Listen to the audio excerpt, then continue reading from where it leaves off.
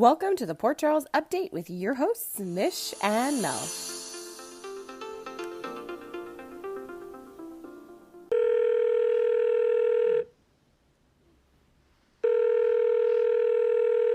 Hello. Oh my gosh, hello, what an evening.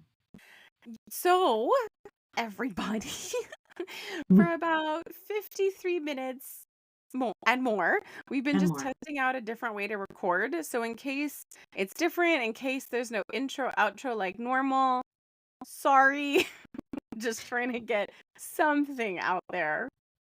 Exactly. We're learning about a new software. This is not our forte. Our forte is talking to each other about GH, the technical aspect. We're lucky to have my brother-in-law who helps. So yeah, let's have fun.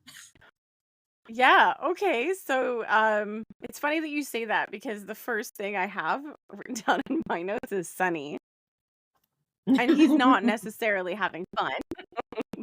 No, he is well, it depends on how you look at it. Whatever they gave him, he was fine because he missed the whole thing. But what did you think? I have to admit, like the brick shooting was just incredible. Okay, like I never said this about a shooting on TV, like soap opera pretend. Okay. It was very sexy. I don't even think that way about Brick. Like I It think he's very charming and all the rest, but I was like, hot damn.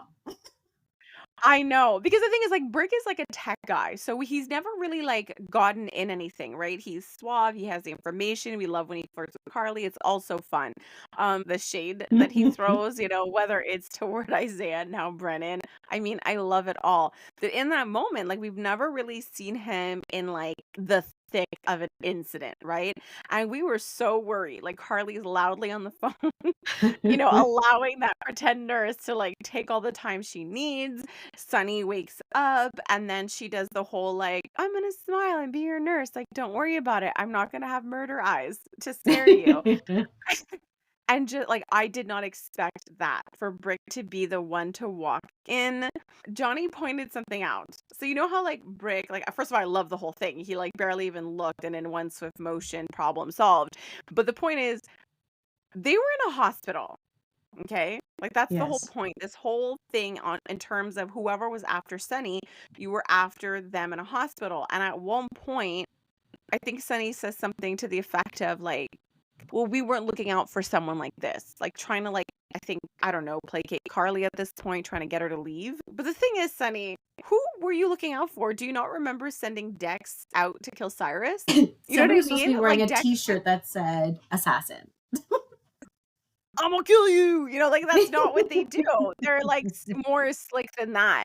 And so I mean just that made me laugh because I'm like literally you arranged something similar and Dex put on hospital garb. So that was who you should have been looking out for, somebody posing as hospital personnel, right? Like that's literally what you should have been looking out for.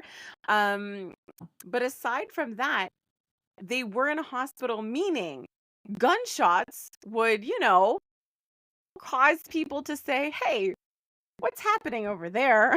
and go check it out. So Brick happened to have a silencer, but the other lady didn't. It was like a regular gun. Like what was she thinking? You know what? I don't think at that point in time it was just a reactive moment. Like, I just need to get the heck out of there. Like, what did Brendan say? She was like ex WSB or some sort of spy. Yeah. Maybe she's rusty. She didn't think things through in terms of the noise sound effect in the hospital. No, and so for me, I just think it was the ultimate shush. Like you don't come in to murder somebody in a hospital and be loud about it. Like I am just offended at that. But either way, Brick took care of it. Whatever drug setting we're on, we're good enough for him to pass out through the whole thing. And this woman is like bent over bleeding on his lower half. And then Carly walks in. The whole thing was hilarious because I freaked out. I mean, yeah, Carly walked in, but I'm like, it's still a hospital. There's no lock on the door. Anybody at any time could have walked in. I absolutely love that. You know what? Like the way we're talking about the scene. So I don't know if you saw. Brick, who's Stefan Smith, I think is his real name, like on his Yeah, Instagram. yeah, He had posted it and his like he's on that sports show and they were kind of commenting about it and how smooth he was. And he's like, yeah, I got it in one yes. take. Like it was really cute the way that they were also speaking to the scene in the same way we are, like, oh my gosh, what the heck? Yeah, well, because it's, like, the most action. So, yeah, Stephen A. Smith, he does all of that sports stuff, and I loved watching it because I love that he was able to say, "I did it in one take," because that's what soaps are, and the fact that he joined a soap and is also doing that whole one take business is pretty huge, but I mean, come on, that was, like, the ultimate of scenes. Yes. But while all that was happening, Sunny was somewhere else with Mike visiting, Okay. and it was so nice to have the character back. Okay, but did you freak out? Because we Oh, I were know. Go for it. literally talking about this last week. Like, I'm sitting there watching it. Yeah, I want to yeah. text you. I have my phone in my hand because I'm taking notes anyways, and I can't do anything. And you literally brought up this scene, last week's episode, at the fact that they kind of made note of that in his time in Nixon Falls, and that you mentioned a specific scene with the two of them. And Yeah, I'm sitting there like, yeah. holy freaking cow. That was exactly the recall. I had you in my head, my videographic audio memory, talking about all of that. And then we got this beautiful scene, basically solidifying what you said last week in terms of their scene together, and then the blog post that you wrote. Oh, yeah, no, I was absolutely freaking out, like, every single thing we talked about, everything I wrote about was completely confirmed in that moment, and I even reposted the article at that point, and yeah, because even in the blog post, I had talked about the whole Nixon fall and the Mike influence and about him getting out of the business and the whole need to retain some level of power and have a way to still protect his family. So, I don't know. You know what I'm thinking? Like, I don't really know how the mob works, so hear me out on this. You know how, like, with the mob, it's like, stay out of the spotlight, right? Like, you don't want Mhm. that kind of heat. And with Diane saying, hey, talk about your philanthropy, and Sunny be like, no, like, I cannot go out into the spotlight. But, like, reverse it. If Sunny goes out into the spotlight like that, does Mhm. that make it harder for, like, the mob people to, like, come after him? 'Cause, I'm like, gonna that go will call attention, right? exactly. So I'm thinking based on what we know and the soap world, exactly that. He will have all eyes on him. Look at the media that's been following Drew all week long. So people are going to be really intrigued as to his whereabouts. He's going to be followed by media, paparazzi, everything. So not only will he have his bodyguards, but he'll have the protection of like basically the public. Yeah. So I loved it. So for me, that was confirmed, and also just the fact that, like, because I was explaining to Johnny, I'm like, they made it Kelly's again, like, it wasn't Bobby's, like, they shut off the light on the outside, and they Yeah. switched all the mugs to Kelly's because Mike used to work there. It was so heartwarming. I got goosebumps the entire scene. I loved seeing him. Okay, you know what? I am freaking out. It is a big deal to have written a Yes. blog post and randomly, talking about Mike, talking about Nixon Falls, and then, like, literally the following week, it's that. So it's like it's so crazy that, like, what I picked up on and what I remembered was, like, actually real. Yeah, I was freaking Wow, out I'm for the impressed. both of us. I'm impressed. But also what you just said, because I had loosely mentioned in the article that whoever takes over for Sunny, he's gonna have to cut ties, like you pointed out. He's gonna be followed everywhere. And all eyes will be on him. And so that's the thing. Like, I didn't write it specifically. In the article, I kind of just said, like, whoever takes over. And I'd already written another article about, like, Christina being the person to kind of take Sunny's reins. I don't see her Mhm. dialing back the cuckoo bananas, like, at all. And so in that vein, it's really interesting to think about that because Christina's wanted nothing more to be close with her father, and over the last few years, there has been a shift, and she and Dante have been a lot closer to her father. Like, she's gotten, I think, more access than she's ever really gotten. And if she crosses that line, I don't know what that does, right? Because, like, or what that does to their relationship, because Sunny can't be heavily involved with her for optics. But it's the whole Dante Sunny, just a role reversal, right? So it's so interesting to see how it'll play out in terms of dynamics because now Yeah. we have Sunny on the side of the law, potentially, where his relationship with Dante can grow even closer. And then Christina kind of takes this power, but also a slight back seat to what she can share with the person she tells everything. Yeah. Like, what does that do to Yeah. her, So given it's the kind state but it's she's in and not aware of her actions and that her mother knows?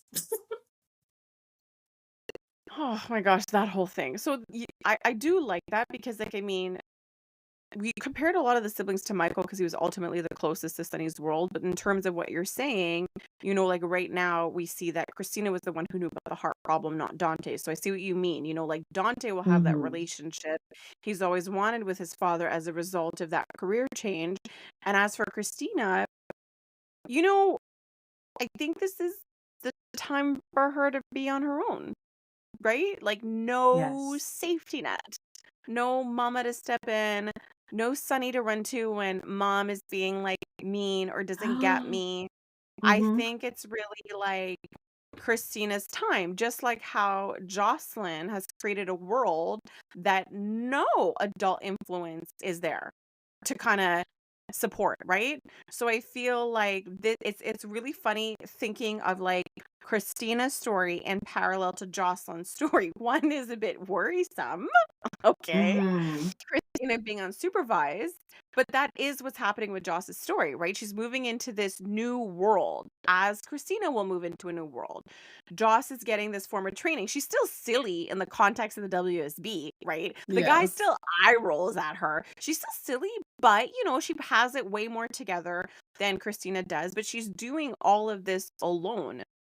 And Christina will do it the same, but just in a different way. It's just going to be really fun to watch because I really feel that Joss and Christina's paths are inextricably linked, but moving in parallel. Love that because, if you look at Christina's world right now, she's upset with her mom. She doesn't understand all this, but I feel that even This when it's girl, explained, she's still not going to understand her mom's perspective. So that already puts she in a wedge, right? She better. This is so ridiculous to me. She stands there so self-righteous. How could you? Molly shows her the date or Christina finds the date. She's like, "I don't understand. What could have happened recently that would make her do this?" And then immediately after that whole encounter, runs to the baby's grave and tells a baby Baby. um, Mhm. so, like, I, attempted murder a little bit. I Just a tried to kill little. Ava, hurt some other people, and I'm like, "So you're telling me, Christina, you couldn't put 2 and 2 together?" My gosh, it's so wild the way Christina is acting, the fact that she's so clueless, but everything is happening to kind of like put a wedge in her family, like starting that space where, Sonny had all of this rage and anger when he was younger, and trying to forge his own way. I feel like it's Christina's version of Sonny's beginnings. Yeah, Milder, though. yes, I definitely think it's her origin story, but it's also just so significant, for instance, just the visual, right? Of Mhm. Molly and Christina, right, coming together in the way that they did, not just in the fact that Molly defended her, but, showed up and defended her to Alexis even when Christina left, and then, showed up at the gravesite. I mean, talk about like that's a very triggering thing for their relationship and for having Molly show up there, given what happened at the funeral, is really huge. And I guess listening to you talk and thinking about that scene, it really makes you see that this is the beginning of the end of their relationship. It's just Yes. like, I mean, I don't think it's the end, but I think it's the beginning of like a really massive change because the thing is, it's not just Christina. Like, yes, Christina did this thing, but I feel like for Molly, given what she knows of Christina and like her limitations, let's say, Mhm. that's one thing for her to have crossed a line the way that she did. But it's more, how do you manage the parents? Because I can see her coming to a place where she gets Christina's chaos. But I don't think she can understand, let's say, what her father did. The parents, in Molly's eyes, would have higher expectation for them than she would for Christina. So I feel bad for Molly because this is not just about finding out with what Christina did, but it's everything else that comes with it that will be heartbreaking. And honestly, I would be freaking shocked because if Christina does not understand when Alexis explains this to her, like, I don't even know. Because this one who's running around being like, I'm going to confess, I'm going to confess. And supposedly, the only reason she's not confessing is that she doesn't want to break her mother's heart Yes. by going to jail or being separated from her for an indefinite amount of time. So the fact that your mom does know, so already that, she already knows, and she Mhm. has a solution to keep you out of jail. And if you cannot wrap your mind around that, then yeah, like I don't know. Like it's not going to be an easy road or a good road. No, she's completely off the rocker if she doesn't get this. But I can't wait for that. But it's just like we started with that whole thing, like that whole news coming out, but then things just got crazier this week, right? So I kind of even Mhm. forgot about the Christina thing and what could happen, especially after everything that went down at the Savoy. Oh my gosh, how much fun did you have watching those scenes? Like, I mean, we haven't really seen something soapy like that in a while. Like, yes, it's been like the whole setup in the bedroom and the pictures taken, but they leveled up with this drugging. With this drugging. Okay. I no, I just don't think there was anything as fun, and I think what really they did and delivered was it was just they gave us something incredibly satisfying. The tension has been building, people are getting more and more and more upset, and so to have this tension release of this one satisfying moment, it was so amazing and incredible to watch. Like, this is what I think. Like, first of all, the Savoy was happening that night.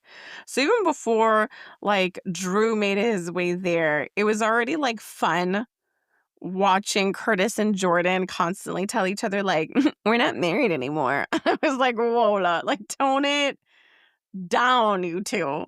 So So it's more already platonic friendship, platonic love, is that what you called it? them 2? I don't Curtis know, and Jordan? man.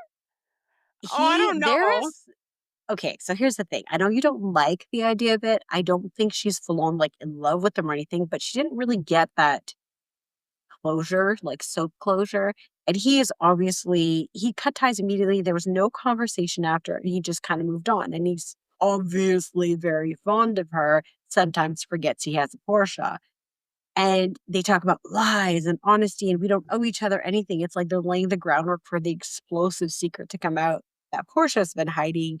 And who is he going to confide in? What does that look like in their relationship with love, but Jordan not in love? Point is it's not there yet, but what they're showing us is that it will be. Whatever that is, they're basically just laying the groundwork for it. So not only do Hmm. you have their "I'm worried about you," like, no, there's it's not like there's fire jumping off the screens, but I admit some of Jordan's facial expressions, I was like, "What is happening?" And Curtis is very much a different person with Jordan. Like, half the time, it's like he forgets that he has a wife. Oh yeah, big time. And, like, even funnier is when Portia shows up at the Savoy and was like, "Hey," and she says something about you 2, like, "You guys look like you're having a great time," and I really and I and I need to save that clip because I'm pretty sure there's gonna be a moment in the future where Jordan and Curtis are gonna have a good time. Like, they're literally, like, walking us through this, right? So Curtis has a conversation with Trina maybe, like, a week ago about, like, what he'll tolerate in the form of honesty. We talked last week that if you actually look at what happened between him and Jordan, like I said, the secrets were professional, not personal. And Yeah. indirectly, he knows what she's doing, right? So indirectly, there is some truth there and honesty, like, he knows what's happening. But Jordan never really lied about anything personal. Like, he was mad about the fact that, like, she lied about Taggart being dead. But at the end of the day, it really was a safety issue and it was work related. Like, she also lied to Trina. Like, get over yourself.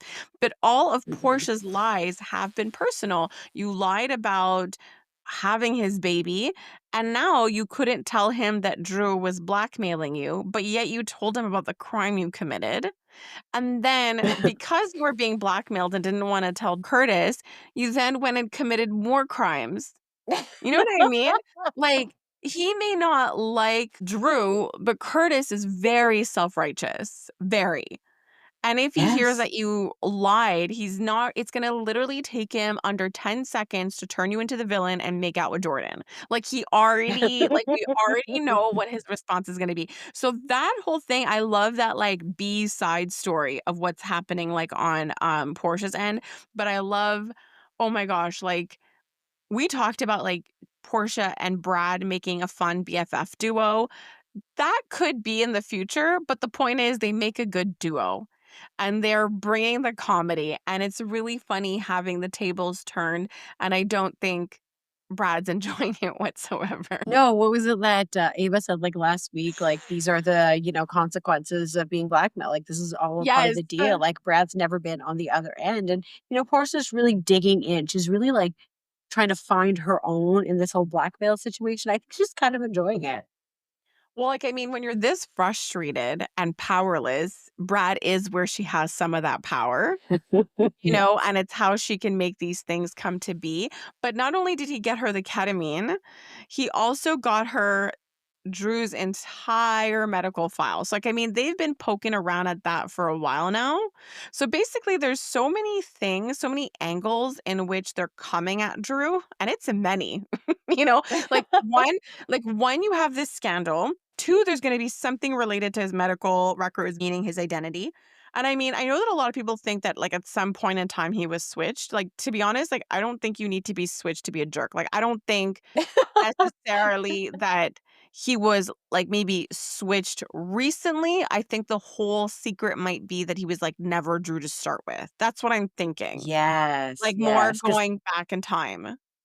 that would have more of an impact on defining who he is and him feeling lost and him losing his power. Like, that would be the ultimate takedown. Yeah, because I don't know. Like just given the way that it's been going, I cannot see them doing the soap opera switch. Like who would be pretending to be him? I know there's like a lot of rumors about like Shiloh, which would make Mm, sense given he's being so culty. Um, yes. but again, Shiloh doesn't have like a grudge against the Quartermains. Like that's the thing also. He might be fixated on Exactly. Willow, but Drew is really, really fixated on hurting the Quartermains. So that's what I'm thinking. And then the other part to it is just other little secrets. So the fact that he lied about Michael, not one like the fact that he orchestrated that whole thing. It is so wild because he stood in front of her face at Nina's house and it's like, I don't lie to you. I don't have any lies from you. And then you look at it like, I have one. He like crosses fingers behind his back, you know?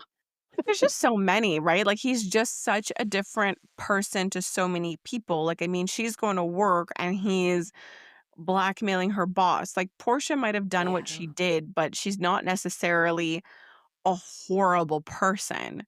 No. Like I don't agree with what she did to Heather, but she was so desperate in her fear, Mhm. so desperate and so fixated that there was only one outcome. And that for her, it was like, it's Heather is gonna hurt Trina. No one else saw Yes. it that way. No one else saw it that way, but she did.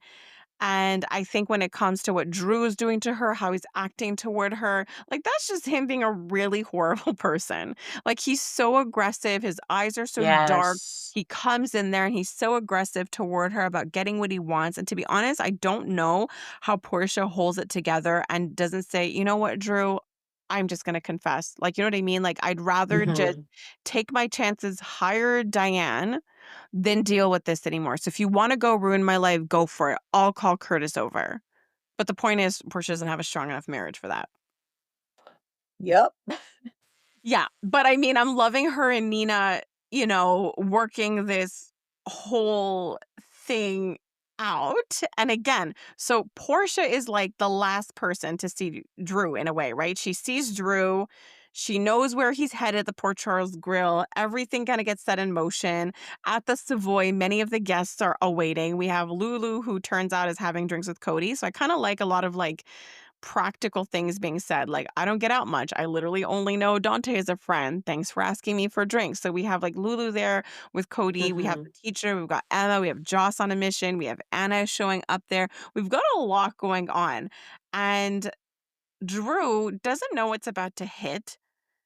But I will say this, that boy is thirsty. Right? Okay, come Thirsty. on. Drew Tracy calls and that boy jumped, like jumped, ran. Tell me where, when. So what did you think of that whole Tracy Drew situation? Like, I understand that Tracy's taking a stance and it's like she'll go and do it by any means possible, even if she has to deal with people she doesn't like. Yeah. Um, but I still loved how much she laughed at him the next day. Oh, yeah. But it's just so funny how it all kind of linked together with Jason saying, Tracy already lost when she sided with Drew. But I think now today I see even more how because she'll become the target and the blame for what Yes, happened. absolutely. But Mhm. either way, like, you can't run around showing people proof that you had ketamine in your system with 0 proof that someone else put it there. Like, even Mac was like, "Did you take too much, bud? Did you have a hard time with the drugs? Are I you love telling that me?" Max said that. So good. No, with Tracy, like, I wasn't really surprised that she was more than willing to work with Drew under the right conditions. I wasn't surprised at that, but I agree with, let's say, Drew's perspective that there would only be one ask, and it would be the Yes. Quartermain name. And I guess we understand to what degree this whole thing means to her, but there's a caveat. There's something she said earlier that I thought was so significant, and also another plus on the whole Sunny becoming mayor thing. So Okay. earlier during the week, she's talking to Geo, and Mhm. she said, "If Sunny was no more than what you see, I would have no problem with him." Okay. And when she said that, I was like, wow, that's interesting because if Sunny goes legit, we could have the most powerful duo in Port Charles. And it would be an interesting phase of life because for Tracy, Sunny has always been a risk to her family. And now they share Geo. But if Sunny goes legit by the time this happens, Mhm. then it's kind of like the Jason Carly redo. This is a redo. You know what I mean? A bridge between the Quartermains and honestly, like, what Sunny has cost them and like a new road. Because Tracy also has the Luke connection. Like when she mourns Luke or there's an anniversary related to Luke, it's Sunny that she goes to. Yes. Like she can share those moments with him. So I think that's huge, right? It's kind of like a round two in a different way. And so I was thinking that this would be a powerful duo. But then in practice, she goes to meet Drew and then says, "Oh, now you're worthy of the Quartermain name." And then they talked about how this would be a powerful alliance. And I thought it was so weird because in my head, I was like, oh, that's disappointing because I felt like the powerful duo would have been like her and Sunny. Yes.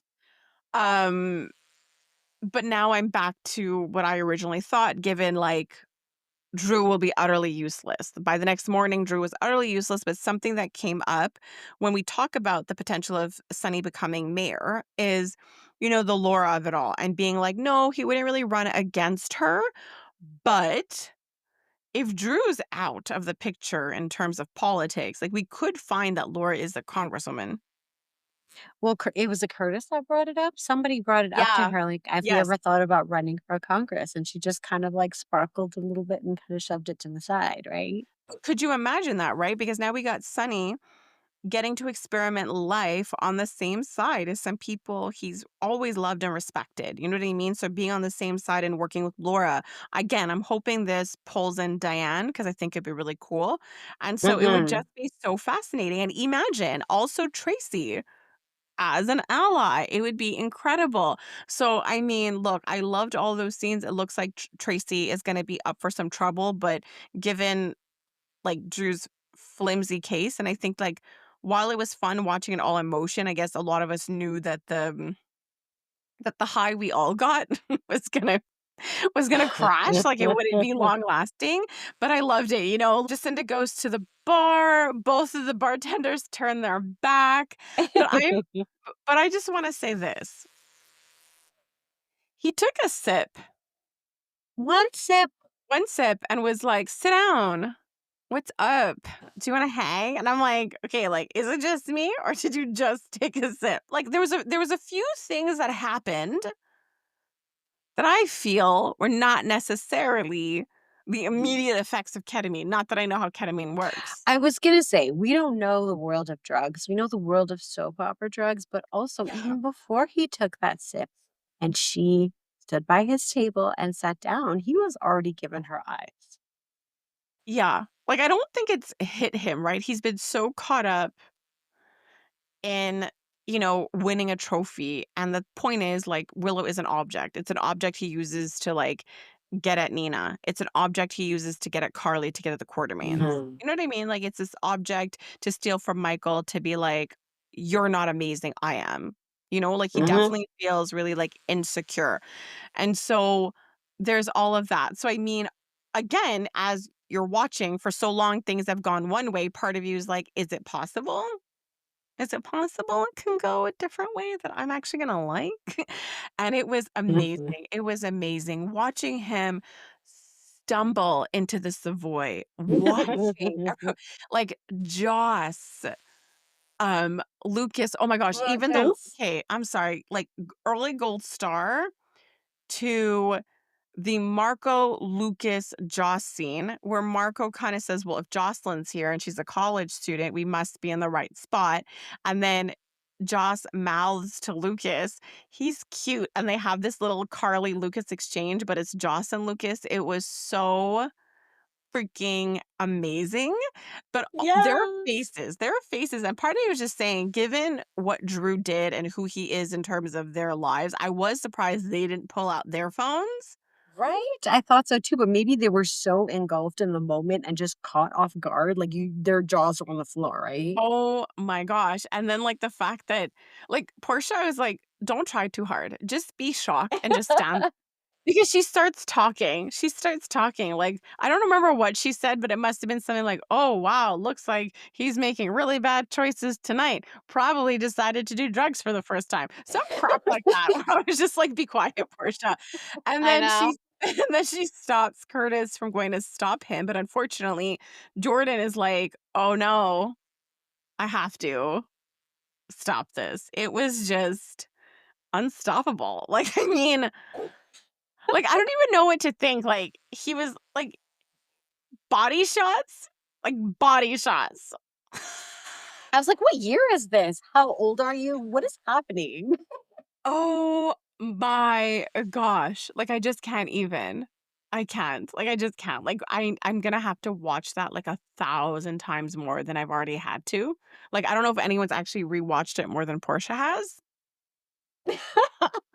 But, like Lulu, the serious career journalist, like, her video must have been the best video. She's like a super serious journalist, guy. So her videography skills must have been like the best in all of the people that were in the Savoy. I think she was the only person with her camera though. And then she sent it off to a news outlet.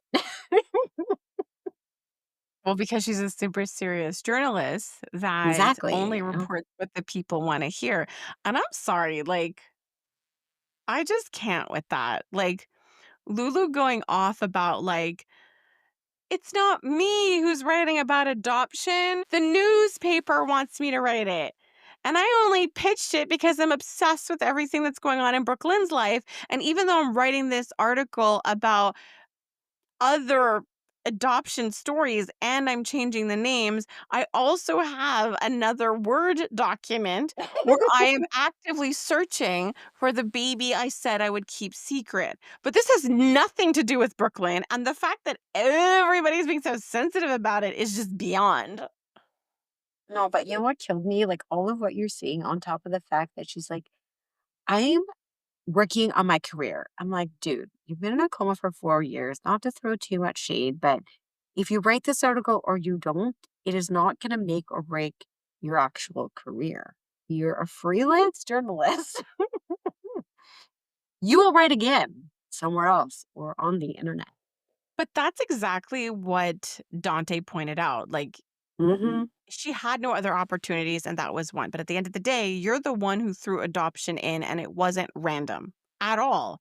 It was about you diving deeper into a secret that doesn't belong to you. And she's so lucky. She gave the stats on adoption, but everybody she knows has been adopted. Everybody. Right? I'm like, "You are very lucky, that you get to write this article, and literally everyone you bump into has been adopted." But yeah, so I just it just bothers me when she kinda downplays that because it is an easy thing to kinda say, like, it was random, but we all know that it wasn't, but she's spinning that narrative anyway. Oh, and I mean, when she had that talk to Laura, it was epic because we watched Lulu spin and spin and spin the truth to create a narrative that she can swallow. And with Laura, when she talks to her mom, you see that her mom does not buy her narrative. She knows exactly who No. she is. And there's been a lot of that this week about knowing exactly who Lulu is.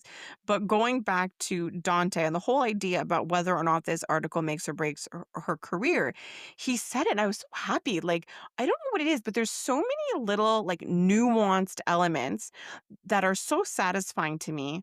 Things that like used to bother me that are just getting addressed now. Like even like the Joss Lucas, like those kinds of cute little moments. Always love them because they Hmm. add like something just so realistic to the show. And it was what Dante said, "You always do this. I hate it when you get like this," because that's what I used to see. Like, when she was with Dante, I saw her make decisions that were just so insensitive. Like, she really didn't think it through, and Hmm. she had a lot of tunnel vision.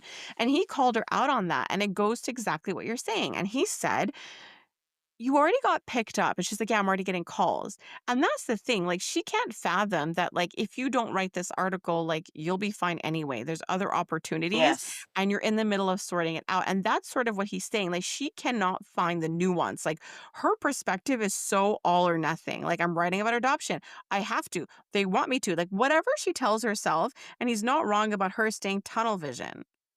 And it's Yes, just that her absolutely. intentions are not pure of heart. But there was a lot of, like I said, people leaning into all aspects of Lulu. And in that conversation, he really called her out about her tunnel vision. He highlighted that these are my friends that are really important to me. You're mad that I kept this secret. And then he says, "You're also like a type away because you're still in love with me." I wasn't too keen on how the rest of that conversation went. But I'm hoping he means like I'm still in love with you in a platonic way. Well, okay, yes, like I am definitely hoping that he says, I still love you because he knows that person in the past, but he's grown in 4 years and Mhm. she has stayed exactly in the same place.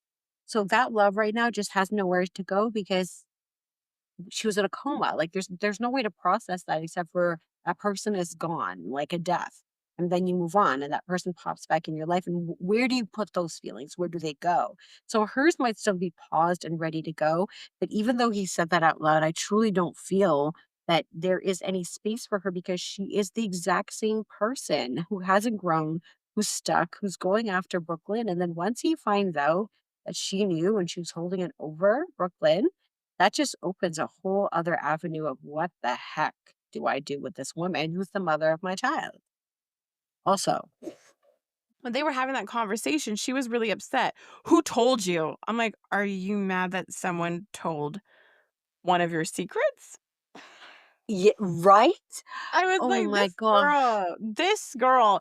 And then he said, which is really funny, but like, he's like, "I was at my wit's end." So basically, you came back to town and you were driving me nuts. And I Yep. needed to talk about you to someone. I'm like, "Okay, well, that's interesting." But I am looking forward to it because I feel like they're having such a real conversation that I do look forward to hearing him talk about what that must be like to have this present love with Sam, to have the life that he had, and to talk about what it means to be in love with Lulu and what it means to be in love with Sam and what that actually means for right now and for the future. Because I know for Lulu, it's like, okay, so you half love me, half her. I'll shove her out, I'll be in. Because I know that's the simple way that she's looking at it. But you Yes. painted a picture that love isn't enough, right? There's so many things that need to be in place. And the place that everybody is in is not a stage set for this big, big reunion. And that's hard for her because she doesn't grasp nuance, like at No, at all. all. So I do look forward to an answer, and I hope it's like a good one in terms of how he, explains what he feels. Because like you talked about like love and what do you do with all that, but it's true. Grief is love, right? It's what Yes. happens when there's nowhere for it to go directly and it's grief, but then it's like you come back to life and that grief slaps you back in the face. So I do look forward to to hearing that answer. But yeah, it's starting to get pretty weird for Dante, having Chase being like, she's writing an article about adoption. Like everyone sounds like a loon. You know what I mean? Like you cannot blame Dante for being like, don't you think you're coming in hot? Like I'm just saying, guys, you don't have to watch her type the article, nor do you have to read the article because it's not even a newspaper available in Port Charles. You know what I mean? Like it's just they're mad that they know that she's writing about it and that she Yeah. may have been inspired by them. And Dante's like, look, Lulu, these are my friends and they feel strongly about things that you're writing that they're not reading. So I hope Poor you guy. can Like understand. he's got Lulu who's acting like super cuckoo bananas. He's got Chase who's always ready to like fight now. And he's got Brooklyn who's like there she's always like mad, but like these super sad eyes. And he's just I like, know. guys, like, I don't know what's happening, but I love you all. But Lulu less. Like I know he said he's in Yep. love with her, but he's always quick to side with them because like Tracy pointed out, you can love someone and you don't always agree with them with Yes. them. And I think the whole issue with like Dante, like you pointed out, is like a lot of the people in his life now, I mean, they've all grown, right? And they've had shared experiences and in a way have grown together, gone through things together. So yeah, I would probably say that a lot of people in Dante's life are people that he's maybe more likely to agree with. Like everyone had like you could quickly point to Brooklyn, oh, she's done a lot of crazy things. She has a lot of flaws. But as of late, she's more on the Mm-hmm. same page with Dante than let's say Lulu is, and that's gotta be tough. Oh, 100%. Like Lulu hasn't really found her people like look at No. Maxie. Like if Maxie knows what happened, that's gonna already their relationship is still being rebuilt. It's not a built-in bestie, right? It's like if she finds out what she did and she loves Brooklyn and what sacrifices Brooklyn made for Maxie, like that's gonna go awry as well. Like who does Lulu have? Sometimes Lucky and her mom who looks at her like she's bananas. Yeah, you caught that, eh? Like all those eyes. It was amazing. I was like, "Yes, Laura, yes." Like, wise words, but she's looking at her like, I like that scene, oh my gosh, like, early gold star to Laura and early gold star to Tracy. But Laura, the way that she was looking at Lulu and saying her things nicely paced, saying very wise words, trying to make her understand, and then she, like, waits, and then she sees Lulu's face, and she's like, "Well, she's not getting it, so I'm gonna keep saying words and hopefully something will land, but at the end of the day, I did the best I could." I know. Like I love their scenes for so many reasons, right? Because she went in there and asked Laura about her adoption. And I mean, like Laura's been on the show forever. So now you're kind Mhm. of touching on something that was so long ago. And I felt like it was done so well where you can see Laura going, "Oh," like going back in time, having to Yes. talk about a storyline that she has moved past. She has moved past.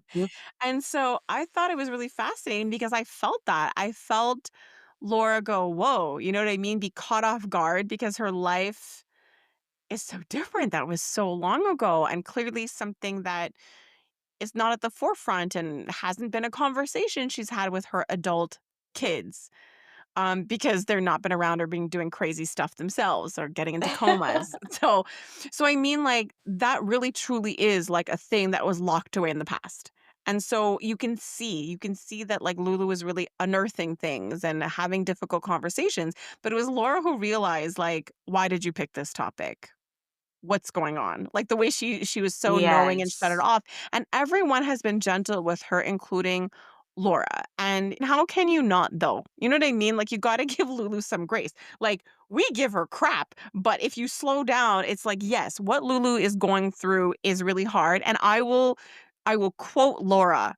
We have the perspective of going, if I was in your situation, this is what I would do, when it comes to how Lulu is managing. And I absolutely love that. If you have the luxury of being able to turn over what you would have done in that situation, then it's not your situation. Like if it's just so clear cut and you're so judgy and it's so black and white, then like you really need to back off.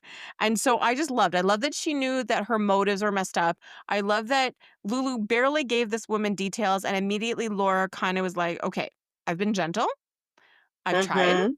I've supported you, but you're getting into stuff. Okay? Like you're getting into stuff rather than getting into your own life. And I see what you're doing." And, and plus you just had this interview on adoption where not only was Laura adopted, but she went through a situation where she hid a child for her own reasons. Exactly. So she had both perspectives.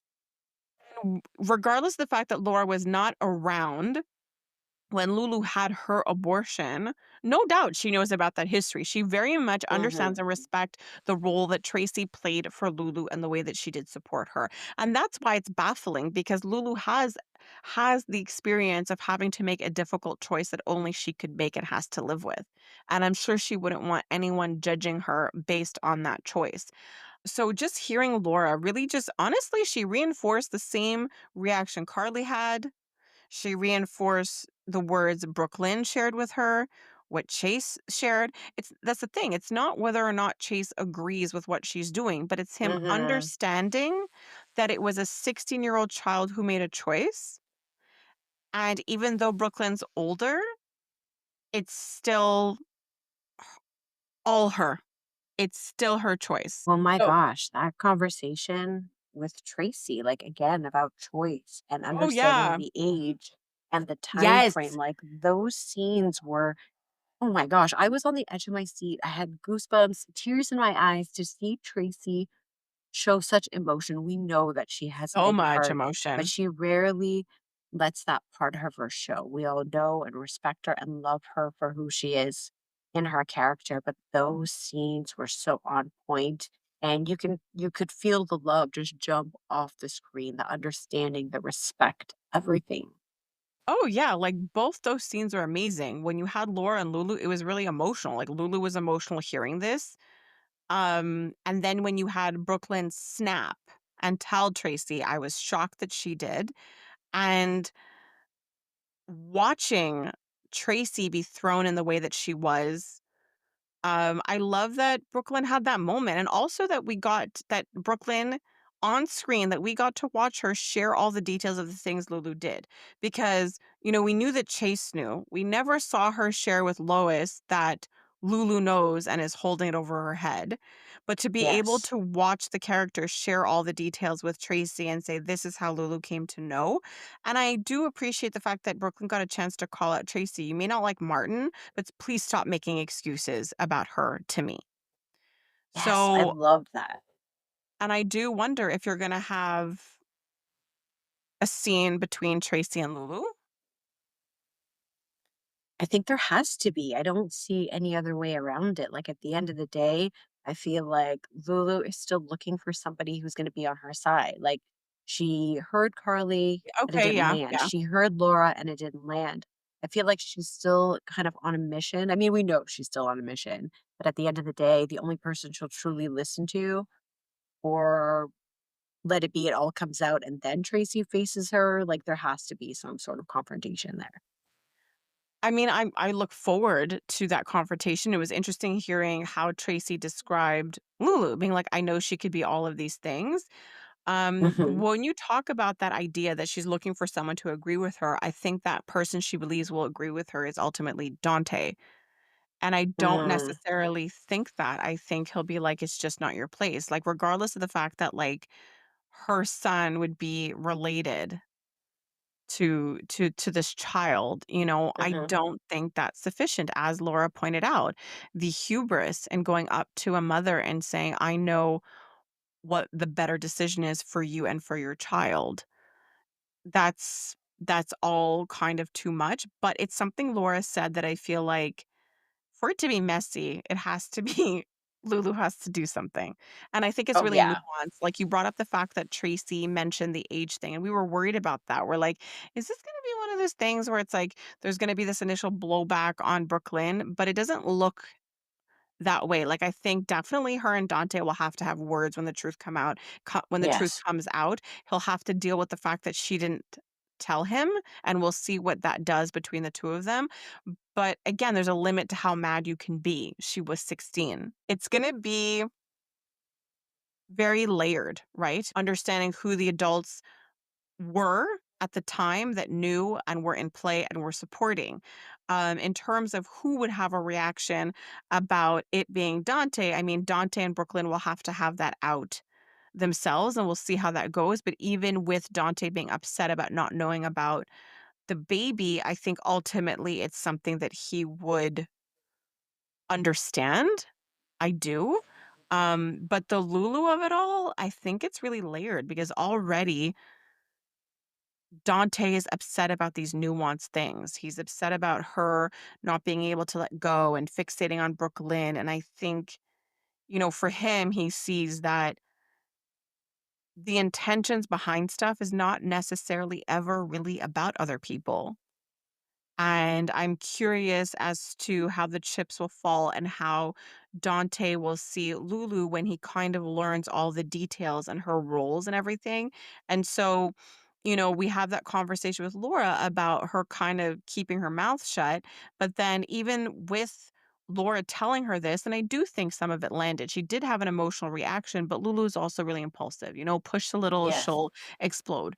But at the end of it all, she just kept saying, "Well, what do I do? What do I do?" And I'm like, "How is it that you're not hearing what your mom is saying? Leave it Mhm. alone. It's not for you to do anything." And she just cannot fathom living with a discomfort that she caused herself. She caused Exactly. it herself. And so just knowing that she doesn't know how to do nothing and that she has that document on her paper, like, I truly wonder, will this be something she spills? Because now, like, the word is getting around. So now Tracy knows. Now Tracy's talking to Lois. Tracy's gonna wanna find Mhm. out about the baby and find the baby. I don't think it would be greatly appreciated by Brooklyn if she finds out that Tracy and Lulu worked together to find the baby. I don't even want that either. I'm kinda wanting No. friction Yes. more than anything. So it's Mhm. either that people accidentally find out or Lulu keeps pursuing it and someone sees it on her laptop, be it Dante or Rocco, Mm. is what I'm thinking there. I think you're right. It has to come out by Lulu. It has to be something really, explosive. And I think Tracy really did a good job at laying the groundwork of people's perspective on the situation. The way she Yes, explained yes, who Brooklyn is yes. versus Lulu, the way she reacted to it being her age and her decision. So I feel like Tracy spoke for everybody in Brooklyn's circle that loves her. I totally, totally agree with that. It's coming soon. Like I saw a post on GH with all the pictures of like Geo and his fam jam doing a photo shoot. So Oh, wow. Oh, wow. It's like there's certain things that they're laying out. Like at the house, Dante got mad at the boys for making a mess in the boathouse. One, I thought it was cool that they were all going to go to a game with Lulu. I'm like, oh, that's really great. Lulu's going with the family and with Danny. But then, Yes. like, Dante seemed to be like mad with Rocco. Like he was more aiming him being mad at Rocco. And I just feel like this is kind of interesting because they're laying a groundwork with friction. Yeah. Like Gio was present when Brooklyn was yelling about Lulu and already witnessed Lulu being like, a little bit aggressive toward Brooklyn. Yes. So I think they're laying that out. Like the boys are gonna have friction. Gio's already close with Dante. And so I definitely think that there's gonna be problems there. And Lulu might be faced with some really difficult things. The idea that she feels that having the secret out, everybody will be happy. It will be good for everyone. Dante will have a son, and her son will get to know his brother. What happens when, like, Rocco spirals and is so angry about learning that Gio is his sibling? Has to be, like you said, it has to 100%. be explosive. There has to be conflict because in Lulu's world and her vision, she's doing this like wonderful thing. Like Laura made reference to, you can't play God with people's lives. But the thing is, I felt like she took that in the wrong way. She's like, oh my God, I could like totally play God with people's lives and I would be so good at it. And everyone's gonna be like so happy. I'm like, you're not hearing this. And we're already seeing this weird space, like you say, with Rocco and Geo, and then he goes out to this like beach party and gets hammered. Like that, he's like, now he knows alcohol. Hi, nice to meet you. I'm alcohol. And then all this trauma with Geo and his parents Yeah. and living different places. Like they're definitely laying a lot of groundwork for some drama there. But the thing is, it's like they got in trouble for leaving the boathouse messy. They went to a college party and started drinking. And I absolutely loved, like, Joss seeing Danny. Because the whole time I'm like, "Joss is there, though." Like, yes, Gio, yes, Emma, but I'm like, "Joss is there." And she's more gonna be like, "What are you doing here?" Like, more of, like, would have more of a reaction. So I love that it actually happened. She bumped into Danny, right? It's Jason's son. Like, you're gonna get in trouble. So this was really funny. She's like, I wasn't here, neither were you. And like that whole thing was just done so smoothly, so comically, so fun. But obviously, I'm super worried about Rocco. Of course, but I loved okay, so just kind of rewinding a little bit to little Dan, like, I love this little, like, charismatic, let's go on an adventure because that's Sam's side of things, right? He's the Yeah. chatty one, he's picking up the Yeah. girls, he's introducing himself. I'm like, talk about the polar opposite of a Jason in the room, and I love that he, like, in future, that he'll balance out Rocco because he'll kind of, like, open his eyes to more things, whereas Rocco's a little more, like, reserved introvert. Like, they make such a cute duo, but I love seeing Danny in his element. And he Oh my didn't drink, gosh. he's like, "Just hold the cup to blend in." Like, so smart.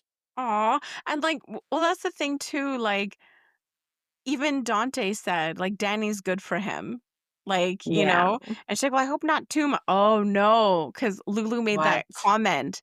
I hope Danny doesn't like loosen him up too much. Boy, oh boy. And then Yep, will I she can have hear a it right now. certain view of, like, Danny? No, no, no, like, there's drama there, the whole flash drive for Emma, we know this is gonna happen, like, Emma is weary of Joss, even though Joss is like, "Whatever," like, "Whatever, Yes. life has happened." But, like, Emma it's just too much for me sometimes with, like, Emma, like, we know that there's gonna be a blow up and probably more animosity, but it's like, Trina's, like, your newish friend, and then she's like, "I'm gonna be at Exactly. the hospital for Trina," and then she goes to Gio like, "Wow, like, Joss is not so bad." Like, she was really there for Trina, and I'm like, "'Cause they're friends and they live together and it's her best friend." Like, where else would she be? Like, her view on Joss is, like, so distorted. I'm like, "Girl, you need a couple therapy sessions because it's just too much." Well, also too much is just Willow. Like, she's a lot. Okay, so that whole thing was freaking hilarious. So not only are we on this Drew high because we're just like, "That happened." What I think was the absolute best is when we're included in the experience, meaning I am positive that everyone's face at home looked like everybody's face at the Savoy. Like, we all experienced that together, and that was everything. And the plan, went like it was supposed to. Um, Willow comes home, paparazzi everywhere, like, this girl. And then she walks in and I just can't, because it's like it has not been a long time since she cheated. And she was just like, "How could you do this to me?" And I was like, "Okay, Well, sure, sure, sure." But what I couldn't get over is that she looked at him and even though she was an adult, said, "You ruined everything," and ran away. Like she ran, like she she jogged out of did. the room. And I was like, "You think he ruined everything? You ruined your life. You couldn't have one conversation with your husband, but you felt you owed your lover a face-to-face. Not even hour after the cheating scandal. He publicly humiliated you. You got mad that Michael accidentally streamed a video on the TV, and I find it hilarious that in turn, this was even more public. more public, and she still stood by him and went to the hospital with this guy. And what I couldn't stand the most was in her fit when, like, I think Drew follows her, and that's the whole thing too. I'm like, dude, you knew the paparazzi was following you, so you thought, you know Hmm. what I should do? I should lead them to Willow. I should lead them there. Right? Oh, where the kids should be, right? And then she gets mad at Drew and says, "You were supposed to protect us. You were supposed to protect me and the kids." And I was like, "Girl, it was your job to protect your Yes. kids. And you Yes. decided to outsource that and acted like you had no responsibility. Like, please do not. You don't get to turn around and point the finger at Drew. You don't. And he's still doing all the things. You're like, and I loved what Nina's face when she put two and two together. Because when I saw this happen, I'm like, this is going to be amazing. Because, like, this is perfect for, like, Michael's custody case, because not only have Right? you done all the things, like tried to take the kids right away, took Wiley out of state, then you tried to move the kids in so quickly with Drew, and then the man you moved in with ended up in a scandal. Who cares that you believe him? Who cares that you believe that he was drugged? Nobody else will. You know what I mean? It Exactly. doesn't really matter. It's not a fact, right? It's great that you made that decision, but I love that everything got slammed in Willow's face, like Amy being like, I can totally see why you feel compelled to stay with him given though that you trashed your whole life for this guy. Right? I was like, wow, wow. Like, she doesn't want space, she doesn't want time. And the fact that he keeps saying, I'll fight it. What are you going to fight? Like, the judge is going to be like, hey, you did this all night. Is this really a good space for the kids? And then you're going to be like, well, I had drinks with Tracy Quartermain and there was ketamine in my system. So she did it. You know what I mean? Like, Right? no judge is gonna go like, "Okay." Like, none of that makes That sounds sense. accurate. No, and it's just really interesting how the lines they've been giving to Willow, because last week she's like, "Is there something I'm not seeing?" And this week she's like, "I'm seeing it with my own eyes." There's, like, a lot of emphasis on the seeing, and, like, Yeah. Nina's face, like, I honestly thought, like, the moment that Drew and Willow left that she would have texted Portia. I know that's exactly what I wrote down. I'm like, "Get on the phone now." I thought Brad would have been messing with some test results, but instead they had Same. a reliable doctor. But that was just so amazing. And it's just Drew, the nerve to come in after all the ways that he's treated Nina, Mhm. literally saying, like, I'm gonna like, turn her against you pretty much. You know what I mean? You make the wrong move. Like, who do you think she's gonna believe? And then he shows up at her house, like, could you give us some privacy? And then basically Nina did all the things he did. What drives me nuts about Willow is that she's like, no, my mom can stay. And I'm like, I cannot with you. The fact Mhm. that you constantly, whenever you're in conflict, you allow other people to speak for you. She lets Nina speak for her. She lets Drew speak for her. She cannot handle anything alone. And we knew this would be short lived. All it would take, and like Carly pointed out to her, like, it doesn't really matter. Like, if she saw all this and all he had to say was somebody drugged me, it doesn't matter what else we do at this point. But I loved when Carly showed up. She's like, oh my gosh, I saw this. Like, I didn't trust that you could do this. I put my own stuff in motion, but like, you did this, right? This is you. And I just thought that was so funny. And I couldn't believe that she threw in this. I couldn't believe she threw in the part, no, I know how much it hurts walking in on the person you love in bed with somebody else. Oh my gosh, and Nina's, like, squishy face, like, "Oh, crap. Yeah, that was me. Sorry." But I do appreciate them being able to say hard things, and the thing is, like, I Yes. don't even believe that Carly was trying to say an insult. I think Oh, no. saying those things out loud to each other, and the fact that they can, like, hold space and just own the things, like, when she told her, "Don't talk about Nell," it's like, Nell tried to kill her son, and Nell put her in a mental hospital, and she was able to kind of contain and be like, "Yes, got it."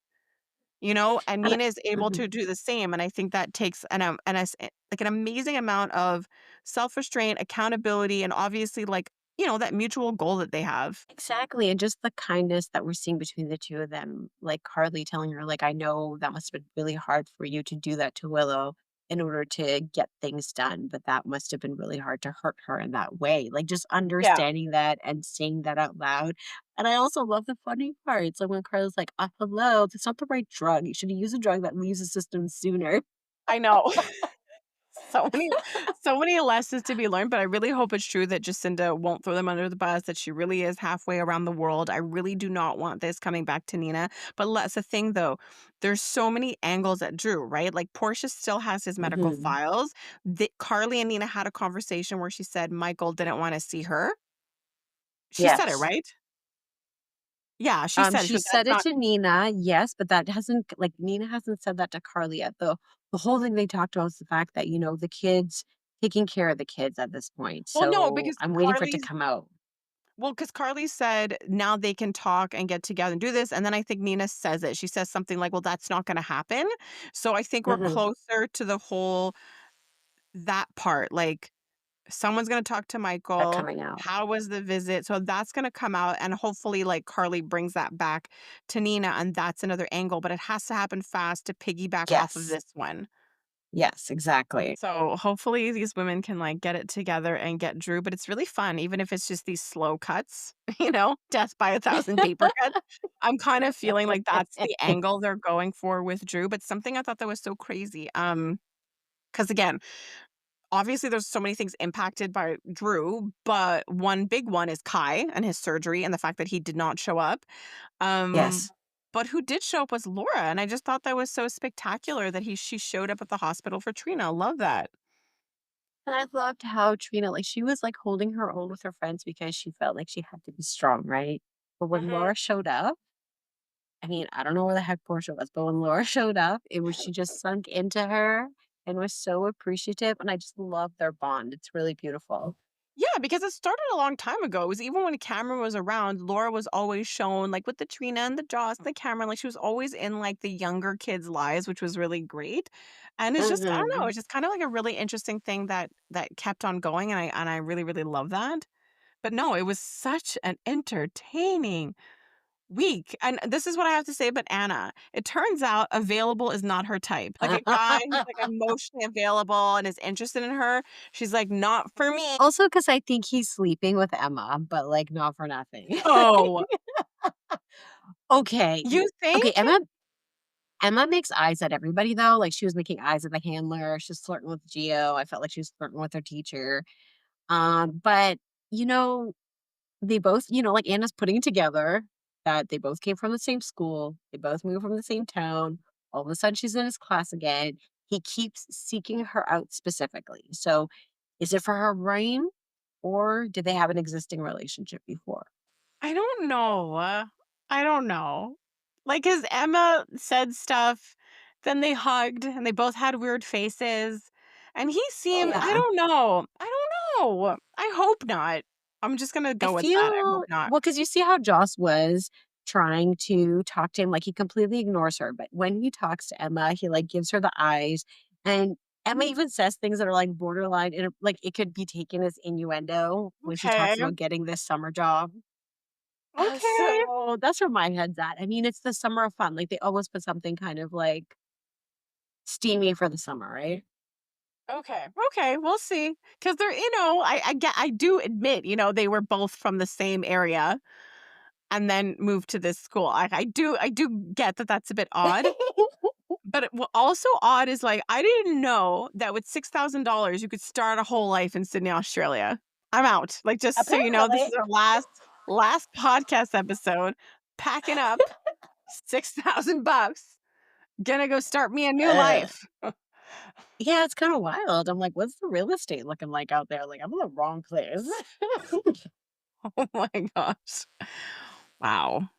Oh Wow. my gosh, we did it. We covered all the things. We talked about all of this stuff. Holy cow. I gave out some stars, but really stars to everybody this week. It was Oh, such an yeah. So entertaining week. How do good. you and okay, so since we kind of gave out early stars, do you have any lines? No, just a crap ton of stars because it was just such an amazing week. It was. Okay, who you're giving your cutie pie mention to? Oh, it's Joss and Danny. It was Joss and Danny. I loved like it's hard, right? Because I liked Joss and Lucas and Marco. Like I loved their Yes. moment at the Savoy. So I am caught between two. So they're basically like two Joss moments. Also the fact that she wore the same dress the last You have a time. great memory. Holy I was cow. I was like, that dress, and I'm like scrolling on her page, and I'm like, I know she's worn that here before. Oh my gosh. Okay, that is super awesome. I completely agree. It is so cool. And we've said it a million times just to see the generational characters like Joss interacting with the Danny out at a party where he had a drink. Oh Like it's my gosh. completely wild to me, incredibly entertaining, and I cannot wait for the week ahead. Oh my gosh, we did it. That's a wrap, folks. Have a fantastic weekend. Bye. Bye.